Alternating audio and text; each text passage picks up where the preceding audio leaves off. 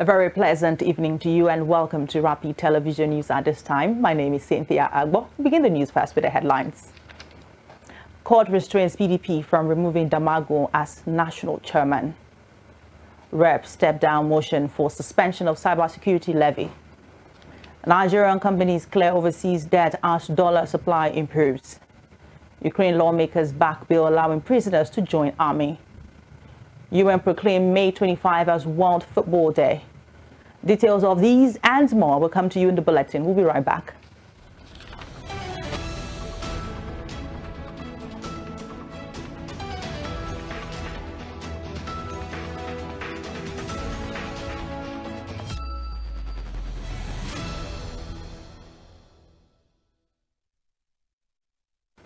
The Federal High Court sitting in Abuja has restrained the People's Democratic Party (PDP) from appointing or nominating any person to replace Umar Damagum as its acting national chairman, pending the determination of a suit that was brought before it by two chieftains of the party.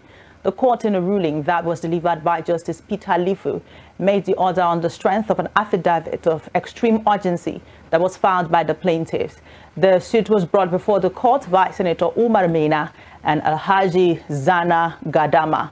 About 60 members of the House of Representatives elected on the platform of the PDP had on April 8 demanded the resignation of Damagum as the acting national chairman of the party. The group, led by the lawmaker representing Idiato North, Idiato South Federal Constituency, Imo State, Ikenga Ugochinyere, accused Damagum, who is also an ally of the former governor of Rivers State and minister of the Federal Capital Territory, FCT Nyesom Wike, of working in favor of the ruling All Progressives Congress, APC. Likewise, members of the party from the North Central Zone demanded Damagum's removal, insisting that the position ought to be zoned to them to enable their region to complete the tenure of Yocha Ayu, who was suspended as national chairman of the party last year. The House of Representatives has stepped down a motion calling for the suspension of the cybersecurity levy, which has elicited negative reactions from Nigerians. Honorable Mano Soro, who moved a motion on the floor of the House on Wednesday, had explained that the levy was coming at a wrong time, considering the current living conditions of Nigerians. The lawmaker had argued that the National Security Advisor is a political office and has no mandate to manage accruals. However, the Speaker, Tajuddin Abbas, urged the lawmaker to step down the motion to allow the leadership of the House to deliberate on how best to address the situation. The Nigeria Labour Congress, NLC, had described the planned cybersecurity levy introduced by the Central Bank of Nigeria on all electronic transactions as another burden on Nigerians. According to a circular issued to various financial institutions, including commercial, merchant, non-interest and payment service banks, the Apex Bank indicated that the levy would come into effect in 2 weeks from May 6. The levy's introduction has sparked widespread criticism among Nigerians and civil society organizations. Meanwhile, the Trade Union Congress TUC has threatened a massive protest that will shut down the Nigerian economy should the federal government fail to cancel the controversial cybersecurity levy. The TUC, in a statement signed by its president Festus Osifo on Wednesday, slammed the directive by the CBN to banks imposing a 0.5% cybersecurity levy on almost all electronic transactions, adding to the deluge of condemnations that have greeted the introduction of the levy. The TUC said it is illogical that this is coming at a time that Nigerians are grappling with the high cost of living that is imposed by the devaluation of Naira, hyper hike in the cost of petrol, supersonic increments in the cost of electricity tariff, etc.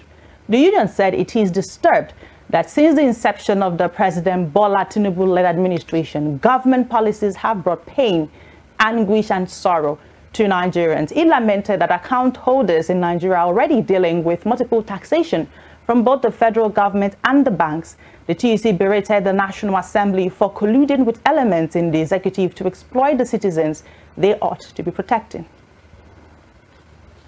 Also, the coalition of Northern Group CNG has rejected in strong terms the proposed 0.5% cybersecurity levy on every electronic transaction in the Nigerian banking system by the Central Bank of Nigeria, CBN. According to the group, the levy exemplified the federal government's lack of compassion and empathy to the plight of Nigerians in the face of the current economic hardship. The group made this position known in a statement signed by its national coordinator, Comrade Jamilu Aliyu Karanchi, and made available to newsmen in Abuja on Wednesday. The group describes the policy as totally unacceptable extortion that is callously being burdened on Nigerians that are already suffering from neoliberal exploitation of the masses. The CNG therefore called the CBN to reconsider what it described as an ill-conceived policy and explore alternative solutions that do not further extend Nigerians to the dictates of capitalist institutions. In a move to boost security and transparency in the financial sector, the Corporate Affairs Commission (CAC) has issued a 2-month deadline for POS operators in Nigeria to register their agents and merchants. This initiative aims to enhance transparency and reduce fraud within the financial sector. Our correspondent Irene Okechukwu reports. The Central Bank of Nigeria had previously directed fintech companies like MoneyPoint, Opay, and PalmPay to temporarily halt onboarding new agents. This Corporate Affairs Commission registration requirement follows those directives. Hussaini Magaji, the Registrar General, Chief Executive Officer of Corporate Affairs Commission, emphasized the importance of these measures during the formal launch of CAC registration of agents and merchants of fintech in Abuja.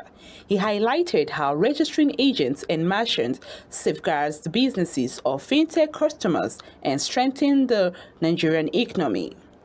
Magaji also pointed out that the directive aligns with existing regulations, including Section 863, Subsection 1 of the Companies and Allied Matters Act 2020 and the 2013 Central Bank of Nigeria Guidelines on Agent Banking. Have given ultimatum for the fintechs to regularize themselves in the country and well known as POS, terminal holders, which we gave them up to the 7th July to regularize themselves with the Corporate Affairs Commission. And to show our seriousness and a commitment, that is where we have dedicated a special secretariat to accommodate this registration. From Abuja, Irene Okechukwu, Rapid TV News. Apex Igbo Social Cultural Organization, Ohanaeze Ndigbo Youth Council Worldwide, has called for a thorough overhaul of the Naval High Command. It said the call became necessary in view of endless allegations of the oil theft in the Niger Delta region, despite the huge presence of naval officials. A statement made available to journalists by Mazio Kunabike, the national president of Ohanaeze Ndigbo Youth Council Worldwide, said there were disturbing allegations of high-caliber oil theft still ongoing in the Niger Delta region. According to Oku, only a few days ago, there were allegations that on 3rd of May 2024, MT Montagu went alongside MT Prestigious and discharged 104,403 BBL of crude. The crude was loaded from MT Bryston, stationed at New Cross Facility, Sandbath, OML 24, Marginal Oil Field. According to the statement, the ship was arrested by private security and it was released by the naval officials, who said they were acting on orders from the above after a series of agitation by the stakeholders. Okuhu said it appeared the naval officials were sabotaging the federal government's effort to ramp up oil production, said the avoid promise by President Tinubu to rid the country of corruption must be demonstrated through the immediate overhaul of the Naval High Command. The Federal High Court sitting in Onitsha, Anambra State, and presided over by Justices S.M. Shoaibu and Hawa Inuwa, have convicted and sentenced 41 internet fraudsters to 1 year imprisonment each. The convicts were jailed after they pleaded guilty to 1 count separate charges bordering on obtaining by false pretense, possession of fraudulent documents, personation, and aiding in committing an offense upon arraignment by the Enugu Zonal Command of the Economic and Financial Crimes Commission (EFCC). All the 41 defendants pleaded guilty when their charges were read to them separately, and in view of their pleas, Michael Ikechukwu Ani, counsel to EFCC, prayed the court to convict and sentence them accordingly.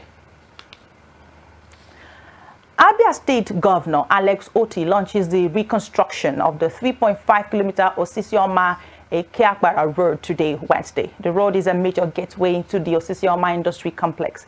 Commissioner for Information and Culture, Prince Okekanu, who stated this while briefing journalists on the outcome of this week's Executive Council meeting presided over by Governor Alex Otti, said the road equally leads to the NNPC depot, Osisioma. The report. Let me start by informing us that His Excellency Dr. Alex Oti OFR will be flagging off the 3.5 kilometer Osisioma Ikapara Road at Aba on Wednesday this week. That road is a very important one because it's one of the infrastructural facilities that will drive the Osisioma Industrial Complex, which the state government has started rebuilding. The Director General of NAFDAC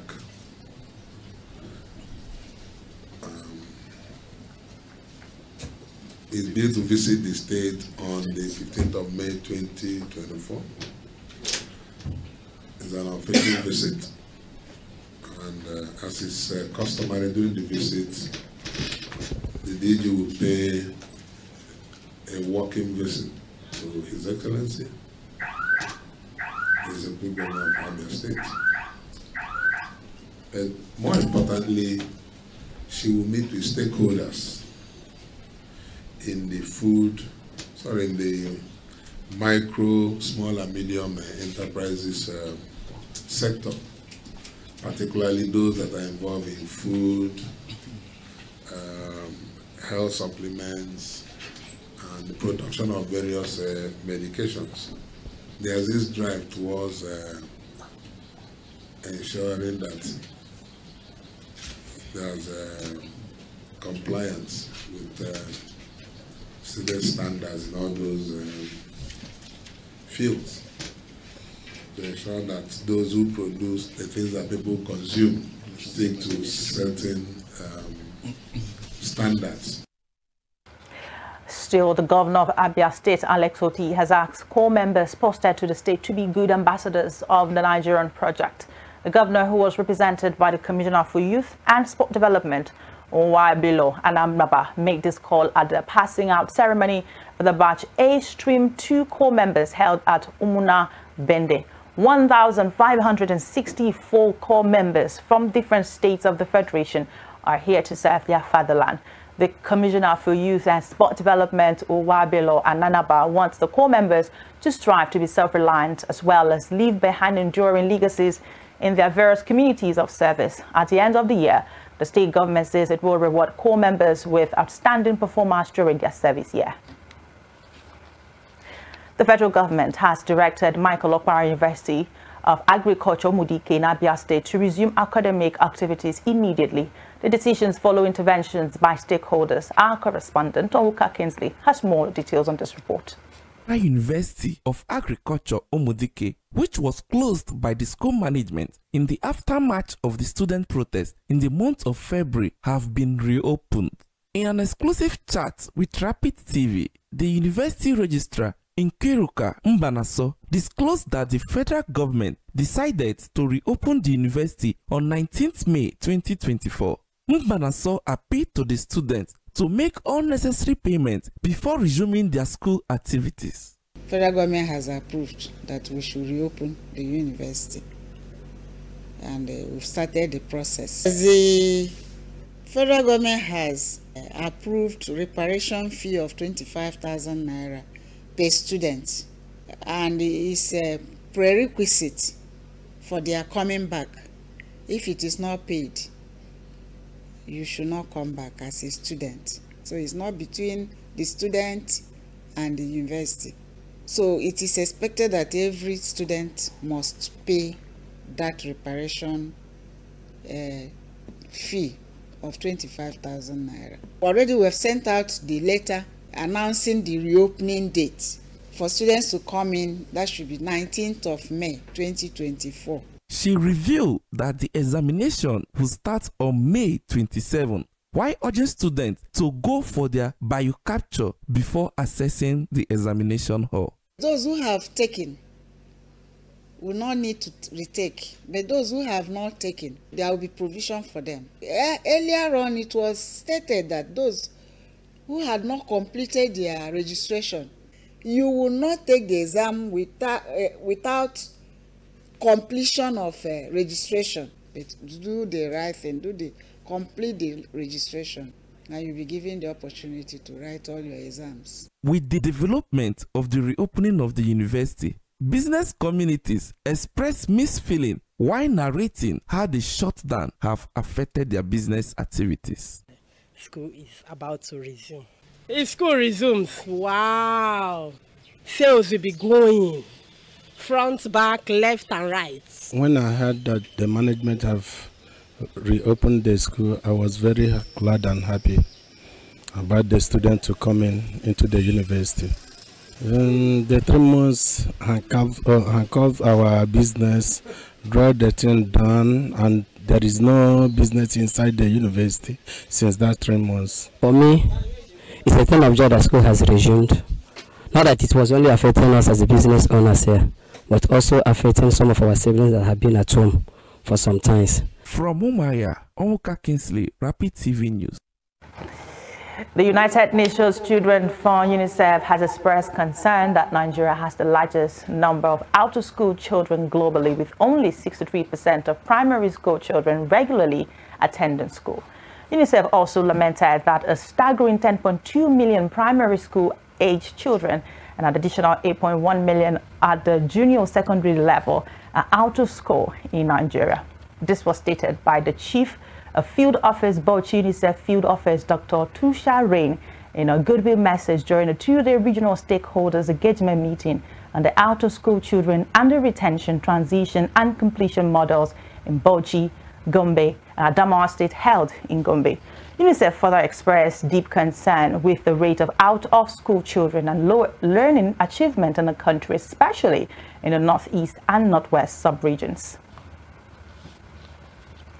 The Minister of Steel Development, Shoaib Abubakar Audu, says the federal government will soon roll out a 10-year development plan for the steel sector, including establishing industrial parks with the Ajaokuta Steel Company.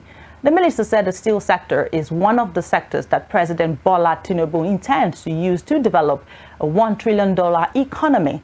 The metal and steel sector is expected to facilitate industrialization and massive empowerment opportunities when fully tapped into.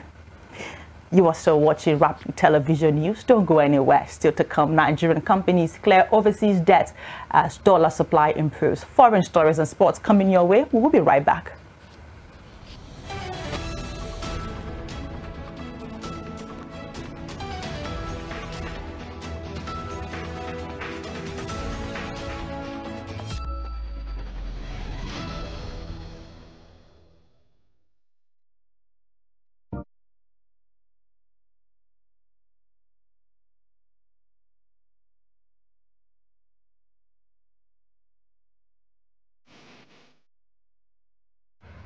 Welcome back. You're still watching Rapid Television News. Now the rest of the stories. Nigerian companies have started to settle their overdue dollar obligations, Bloomberg reports. This follows recent reforms implemented by the Central Bank of Nigeria, which have resulted in increased liquidity within the Nigerian foreign exchange market. According to Bloomberg's findings, major Nigerian companies such as MTN Nigerian Communications PLC, Boa Foods PLC, and Cadbury Schweppes Overseas Limited's Nigeria arm have confirmed their ability to procure dollar for fulfilling their foreign currency obligations. This, according to the report, marks a notable shift from the previous scenario where the scarcity of US dollars had hindered their ability to repatriate profits or settle payments to foreign suppliers. Bloomberg reports that dollar liquidity surged by 90% to $160.8 million on Tuesday compared to the previous day. Godwin Amunde is up next with some more business stories.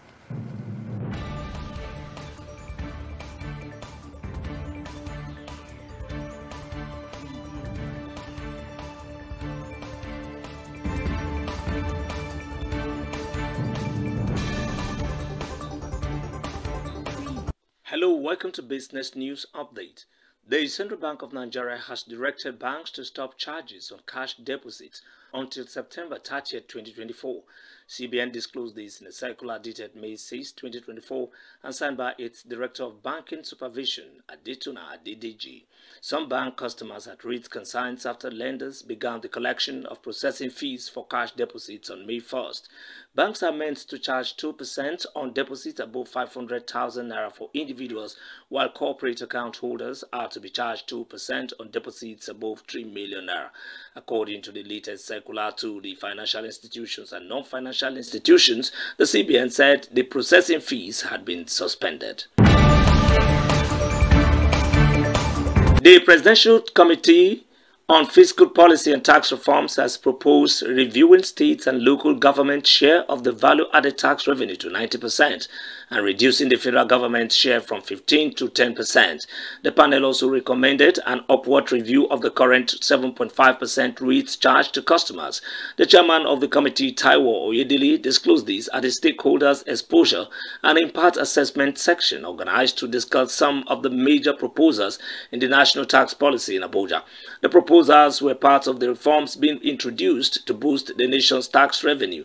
The strategic meeting is a vital aspect of engaging stakeholders, ensuring the successful implementation of tax reform policies devised by the current administration to attain a minimum tax to GDP ratio of 18%. President Bola Tinubu had inaugurated the Fiscal Policy and Tax Reforms Committee last August to improve the nation's revenue profile and business environment by eliminating multiple taxes.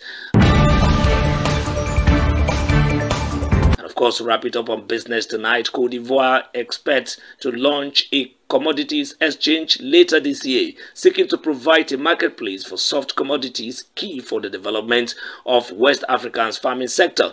The exchange, to be based in Abidjan, Côte d'Ivoire's commercial capital, will initially trade kola nuts, cashew nuts, and corn. Edo Amenove, the CEO of the West African Regional Stock Exchange, told CNBC Africa in an interview.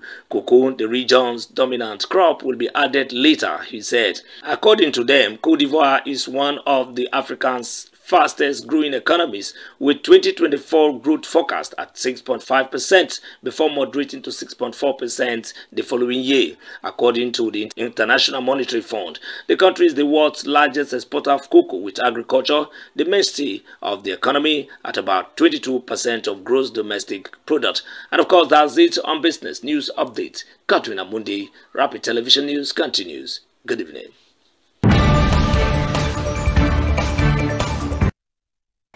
And now moving on to the foreign scene, Ukraine's parliament on Wednesday passed a bill that would enable some prisoners to fight in the armed forces as the nation faces a critical shortage of manpower on the front lines. Long opposed to the measure and having criticized Moscow's mobilization of prisoners to fill its ranks, Kyiv has recently U-turned amid fresh Russian advances on the battlefield. Mobilization will be voluntary and only open to certain categories of prisoners.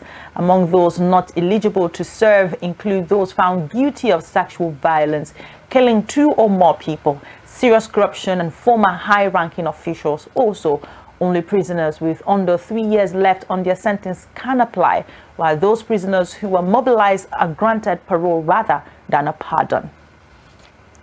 Israel struck targets in the Gaza Strip on Wednesday after seizing the main border crossing with Egypt, where negotiators were working to make good on their last chance to cement a ceasefire deal.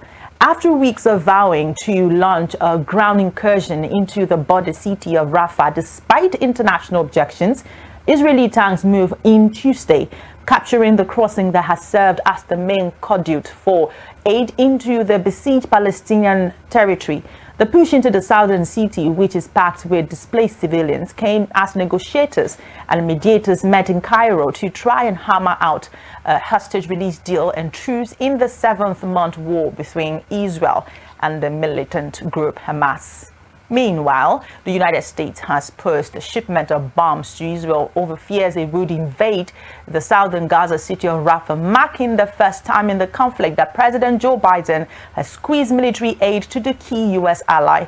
Washington halted the load of the bombs after Israel had not fully addressed U.S. concerns about a major ground operation, a senior administration official said.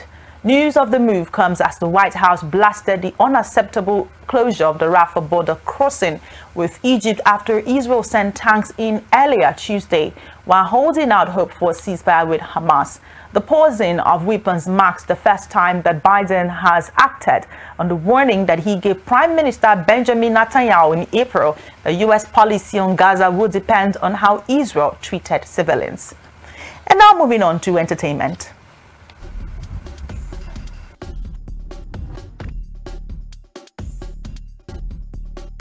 Good evening and welcome to Entertainment News. Kendrick Lamar's Not Like Us has set a new Spotify record as the biggest single-day stream for a hip-hop song in the United States. The beef between Drake and Kendrick Lamar reaches another milestone as Kendrick's Not Like Us records the biggest single-day stream for a hip-hop song on Spotify in the United States. The single, which was released on May 5th, 2024, as the last of 4 Drake diss records released by Kendrick Lamar, garnered 6.593 million Spotify streams on its first day of release. This record sees Kendrick Lamar's Not Like Us surpass Drake's 2021 single Girls featuring Lil Baby, which held the previous record. When taken in the context of the ongoing feud between both rappers, Kendrick's record-making feat will be considered by some listeners to be a case of an insult to injury. While there have been rumors of a feud between both rappers over the years, the feud took on a dramatic and public turn when Kendrick dissed Drake while appearing as a guest artist on Metro Boomin and features like that of their collaboration album, We Don't Trust You. Meanwhile, a shooting incident has occurred near Drake's $100 million Toronto mansion situated in the upscale Bridle Path neighborhood. Reports suggest that the rapper's security guard was the target of a drive-by shooting, sustaining severe injuries. The victim, of a 48-year-old man, was found in the street and promptly rushed to the hospital for treatment. While it remains unclear whether Drake was present during the incident, sources indicate that he is cooperating with the ongoing investigation. The perpetrator fled the scene, prompting a search by authorities. Witnesses have reported that a security guard was shot multiple times during the drive-by shooting. According to the Toronto Sun, despite Drake's well-publicized feud with Kendrick Lamar, there is no immediate indication that the incident is connected to their rivalry. Nollywood filmmaker and actor Femi Adebayo has emerged victorious in a legal battle against piracy that lasted 3 years. The film industry has captivated audiences globally with its vibrant storytelling and cultural richness. However, piracy remains a persistent threat that hinders its full potential. In an announcement on Instagram on Tuesday, May 7th, 2024, Adebayo said he took action against the notable media company that distributes content on YouTube and exploited the image of his film Survival of Jelili. To trick viewers into thinking they were viewing the real movie, the YouTube channel superimposed images from his 2019 film to another YouTube video, which over time saw an increase in views due to this fraud. According to Adebayo, the dedication of his legal team, who are seasoned professionals with a wealth of experience in handling such cases, they presented undeniable evidence, put up a strong argument, and took the case to trial. Their promptness, efficiency, and attention to detail played a huge part in the direction of the case. The commitment paid off, according to Adebayo, who added that they were awarded a total of 25 million naira. Adebayo concluded that Daredevil pirates are a big reason the Nigerian film industry has not been able to maximize its true business potential. Finally, Nollywood mourns as seasoned actress Madam Elizabeth Evueme, best known for her role as Ovularia in the 1980s television series The New Masquerade, passes away. The veteran thespian Evueme sadly passed away at 81 years old. This comes after rumors of her death had made the rounds in 2019, which was later proven to be false. The Evueme and Mekalam family released a statement in which they thanked friends, family, and co-workers for their support and asked for privacy at this difficult time. And that's it on Entertainment News. My name is Ugochukwu Madumere.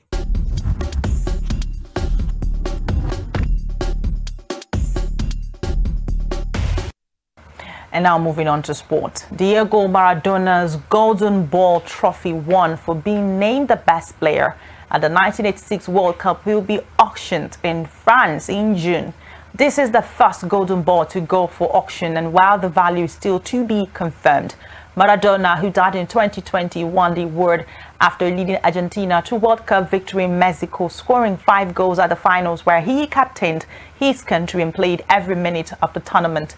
That tournament is probably best remembered for Maradona's 2 goals against England in the quarterfinals. Maradona outjumped England keeper Peter Shilton as he thumped in the first goal with a raised fist, which he later dubbed at being scored by the hand of God.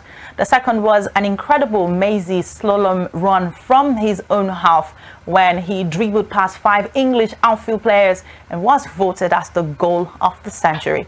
The jersey he wore that day along with a ball from the match have both previously been sold at auction. Super Falcons striker Chinwendu Ihezuo has renewed her contract with Mexican side Pachuca Femenil till 2027.